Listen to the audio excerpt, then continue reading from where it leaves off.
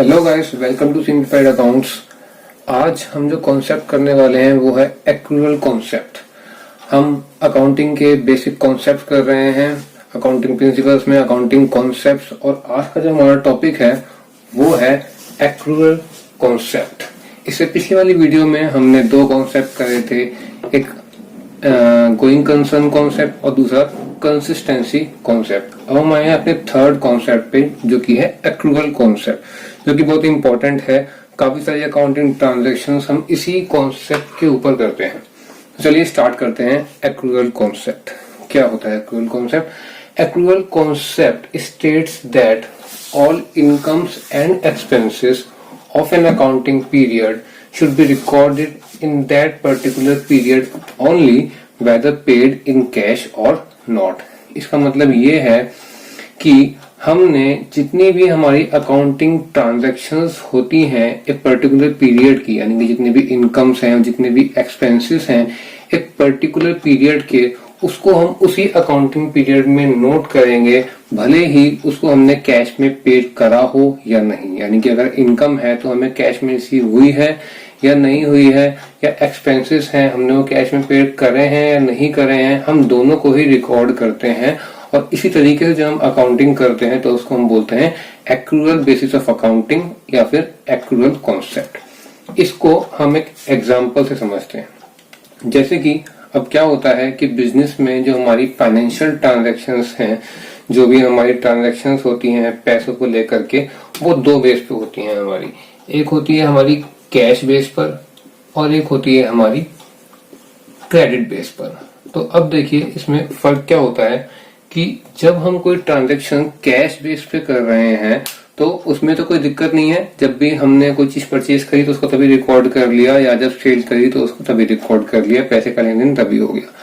लेकिन जब हम क्रेडिट पे कोई ट्रांजैक्शन कर रहे हैं, उधार पे कर रहे हैं, तो उसमें क्या होता है कि हम चीज खरीदते हैं कभी और उसकी पेमेंट करते हैं कभी और, या फिर हम बोल सकते हैं कि चीज बेचते हैं किसी और डेट को और उसकी पेमेंट आती है किसी और डेट को। तो उसको हम रिकॉर्ड कब करें, किस डेट पे रिकॉर्ड करें? उस डेट पे रिकॉर्ड करें जिस डेट पे हमें पैसा मिला है, या उस डेट पे जिस डेट पे हमने चीज को बेचा है। तो इस पूरे कंफ्यूजन को सॉल्व करने के लिए हम एक्रूअल कॉन्सेप्ट का इस्तेमाल करते हैं। जैसे कि यहाँ पे एक एग्जांपल है, हमने कोई सामान था परचेज करा, 20,000 रुपए का था 1 जून 2018 को। अब ये जो हमने सामान परचेज करा इसकी हमने पेमेंट अभी नहीं करी, इसको हमने करा क्रेडिट बेस पर। अब ये जो हमारा एक्सपेंस था इसकी पेमेंट हमने करी, हमने जिससे भी परचेज करा हमने उसको बोला हम आपको 1 साल बाद पेमेंट करेंगे, तो हमने 1 जून 2019 को इस 20,000 रुपए की पेमेंट करी। अब यहाँ पर क्वेश्चन ये होता है कि जब हमने परचेज करा और पे करा तो दोनों के अकाउंटिंग पीरियड चेंज हो गए। एक अकाउंटिंग पीरियड है 1 अप्रैल 2018 से लेकर के 31 मार्च 2019, और दूसरा अकाउंटिंग पीरियड जब हमने फिर पेमेंट करी यानी कि 1 जून 2019, तो वो जो था अकाउंटिंग पीरियड चेंज हो गया 1 अप्रैल 2019 से 31 मार्च 2020 अकाउंटिंग पीरियड हो गया। तो हम जो क्वेश्चन था हमारा वो ये था कि इस परचेज को कब नोट करें, इस पीरियड में या इस पीरियड में हम इसको नोट करें। तो आंसर है कि हम इसको तभी नोट करेंगे जिस पीरियड में ये एक्सपेंस अकर हुआ है, यानी कि इस पहले वाले पीरियड में। तो यही है अकाउंटिंग का एक्रूअल कॉन्सेप्ट कि जिस डेट पर हमने एक्सपेंस को करा है उसी डेट पे हम उसको रिकॉर्ड करेंगे।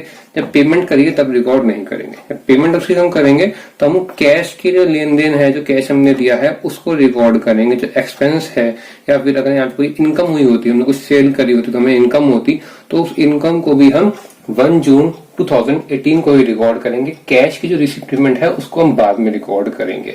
तो इस तरीके से जितने भी एक्सपेंस हैं, जितने भी इनकम्स हैं, उसको हम उसी पीरियड में रिकॉर्ड करते हैं जिसमें वो हुए हैं, उसमें नहीं रिकॉर्ड करते कि जिसमें हमने उसकी पेमेंट करी है। एक बार दोबारा देखिए, accrual concept states that all income and expenses, जितने भी एक्सपेंसेस और इनकम्स हैं उसको हम एक अकाउंटिंग पीरियड के शुड बी रिकॉर्डेड, उसको हम तभी रिकॉर्ड करते हैं इन दैट पर्टिकुलर पीरियड, जिस पर्टिकुलर पीरियड में वो हुए हैं, whether paid in cash or not, भले ही कैश में उसको पे किया है या नहीं किया है।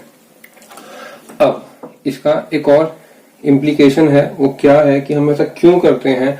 हम चाहें तो इसको बाद में भी रिकॉर्ड कर सकते हैं, लेकिन उससे होगा क्या कि अगर इस एक्सपेंस को या इनकम को हम इस पीरियड की जगह दूसरे पीरियड में रिकॉर्ड करते हैं, इसको दूसरे पीरियड का एक्सपेंस मानते हैं, जब हमने कैश में ट्रांजेक्शन करी है, तो क्या होगा कि जो हमारे एक्सपेंस हैं, जो खर्चे हैं, वो इस साल में ना आकर के अगले साल में आ जाएंगे। तो मान लीजिए हमारा जो प्रॉफिट है वो जो हमारा इस अकाउंटिंग पीरियड का प्रॉफिट था, जो कि हमने 31 मार्च 2019 को हमने जो बैलेंस शीट बनाई थी, उसमें वो एक्सपेंस आएगा ही नहीं। यानी कि जो हमारी इस डेट पे बैलेंस शीट होगी, जो हमारा प्रॉफिट एंड लॉस अकाउंट होगा, जो प्रॉफिट होगा उसमें 20,000 रुपीज का जो प्रॉफिट होगा वो ज्यादा आएगा, क्योंकि हमने एक्सपेंस को लिया ही नहीं है। और जो अगला साल होगा उसमें जो 20,000 रुपए का हमने कैश की पेमेंट करी है, उसका इफेक्ट क्या पड़ेगा कि अगले साल का जो प्रॉफिट है वो 20,000 रुपए यहाँ पर कम आएगा। तो ये जो गड़बड़ है वो ना हो, क्योंकि जो एक्सपेंस था वो इसी साल का था। एक्सपेंस इस साल का क्यों था? क्योंकि हमने चीज परचेज करी है, उसको हमने इसी साल में इस्तेमाल किया है, यूज इस पीरियड में किया है। तो जिस पीरियड में यूज किया है उसी पीरियड में उसको हम रिकॉर्ड भी करेंगे, तभी का इसको एक्सपेंस भी मानेंगे।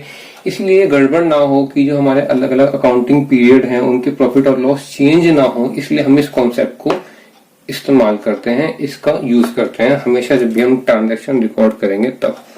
यही चीज सेकंड पॉइंट में लिखी है, accrual basis help in ascertaining true profit और loss of an enterprise and this shows true financial position at the end of accounting period. तो एक्रूअल बेसिस जो है वो एसरटेन करने में, यानी कि पता लगाने में, ट्रू प्रॉफिट का, सही प्रॉफिट या लॉस जो भी है वो पता लगाने में हेल्पफुल होता है एक एंटरप्राइज के।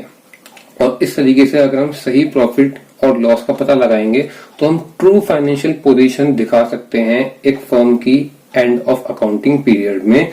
सही पोजीशन उसकी आएगी, कितना प्रॉफिट, कितना लॉस, क्या बैलेंस शीट है। अगर हम इसको फॉलो नहीं करेंगे तो हमारा सही प्रॉफिट और लॉस हमें शो नहीं होगा। तो ये था एक्रूअल कॉन्सेप्ट, क्या होता है, क्यों करते हैं और इससे क्या फायदा होता है। बहुत ही इंपॉर्टेंट कॉन्सेप्ट है ये, और इसको आप समझ लीजिए, ये आगे जाके बहुत ही यूजफुल होने वाला है जब हम आगे ट्रांजेक्शन्स को रिकॉर्ड करेंगे। तो आज के लिए इतना ही, अगली वीडियो में मिलते हैं कुछ नए कॉन्सेप्ट के साथ। अगर आपको कुछ डाउट है इस कॉन्सेप्ट में या इस टॉपिक में तो आप कमेंट सेक्शन में कमेंट कर सकते हैं।